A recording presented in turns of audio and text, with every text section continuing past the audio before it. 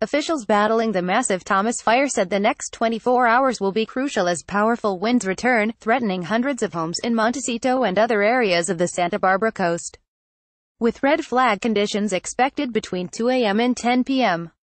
Saturday, buoyed by 30 to 40 miles per hour gusts that will blow directly south toward the ocean. There is nothing to stop a finger of the Thomas fire on the western edge from running south through a canyon along San Ysidro Creek and into foothill homes, said Mark Brown, a fire operations commander. Firefighters have smothered the hills in hundreds of thousands of gallons of fire retardant in an attempt to keep embers from igniting spot fires and to keep flames at bay, Brown said. Some hillsides have been burned deliberately above Montecito, Summerland and Carpinteria, including in Romero and Turo canyons, to limit the potential damage. The fire is out in much of those areas and protected by containment lines, he said. A drive up Turo Canyon Road in Carpinteria reveals how methodically firefighters are working to protect homes on this side of the mountains ahead of winds that could bring the Thomas fire this way in the next 48 hours. The roads are sprinkled with shards of tree branch and flakes of dead grass. The bushes and trees on the south-facing hill on Viola Lane got a buzz to within inches of the soil. Deeper in the canyon, the dirt is a charred black and gray, bare of any of the flashy fuels that flames would sweep through in seconds. Off the shoulder, a chopped branch continued to burn with a tiny flame. Friday was the 12th consecutive day of red flag fire warnings. Friday, the longest sustained period of fire weather warnings on record.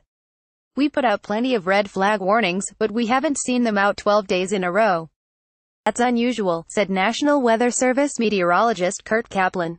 This has been the longest duration event that we have had a red flag warning out without any breaks.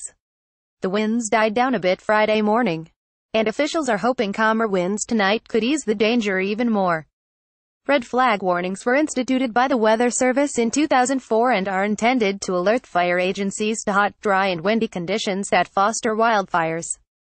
Winds blowing through Southern California continue to be temperamental, posing challenges for firefighters battling the Thomas fire, which claimed the life of apparatus engineer Corey Iverson, 32, on Thursday. 11 days after the fire began near Thomas Aquinas College, the wildfire has scorched 252,500 acres and is now the fourth largest since the state began keeping formal records in 1932. The fire, which straddles the border of Santa Barbara and Ventura counties, is so large that its eastern and western fronts are influenced by entirely different wind patterns and terrain. In many ways, it's as if firefighters are battling two separate fires some 40 miles apart. The fire grew roughly 3,000 acres overnight, fire officials said Friday. Roughly two-thirds of that growth was north of Ojai in the Rose Valley east of Highway 33, where flames are feeding on chaparral and dead vegetation, said Jude Olivas, a spokesman for the Thomas fire from the Newport Beach Fire Department. The rest of the fire's spread was either north deeper into Los Padres National Forest, or to the west, where it is crawling along canyons near the wealthy enclaves in Summerland, Montecito and Santa Barbara. Winds are going to shift back to a Santa Ana direction by Saturday night into Sunday, and they are expected to get fairly strong by Sunday morning, Kaplan said. Los Angeles County and Ventura County mountains could see sustained winds from 20 to 40 miles per hour on Sunday, with gusts up to 55 miles per hour.